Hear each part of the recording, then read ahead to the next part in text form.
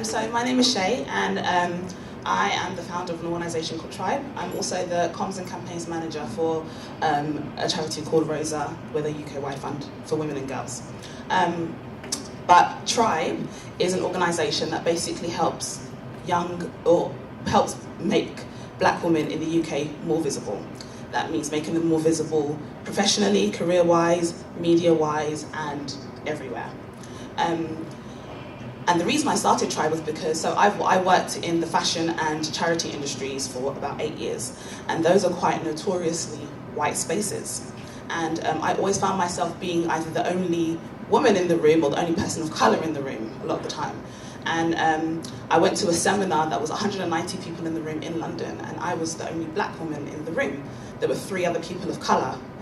And I couldn't really understand why that was. And so I did a bunch of research, and it's things like lack of access to network, lack of access to opportunity, lack of role model. And so I said, I'm going to go and mentor. I'm going to go and mentor some black girls, because I would like to see some black girls here.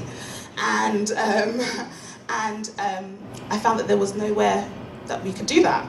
A lot of the mentoring opportunities are for black boys or black men, and girls or women in general. And obviously those are 2 specific groups that have their own specific needs, but I felt like black women also have their own specific needs that need to be addressed. There's no reason why black girls should proportionally be the biggest group of graduates in this country, be the most underemployed. There's no reason why there should only be 2 black women MPs out of 646. That doesn't really make any sense to me.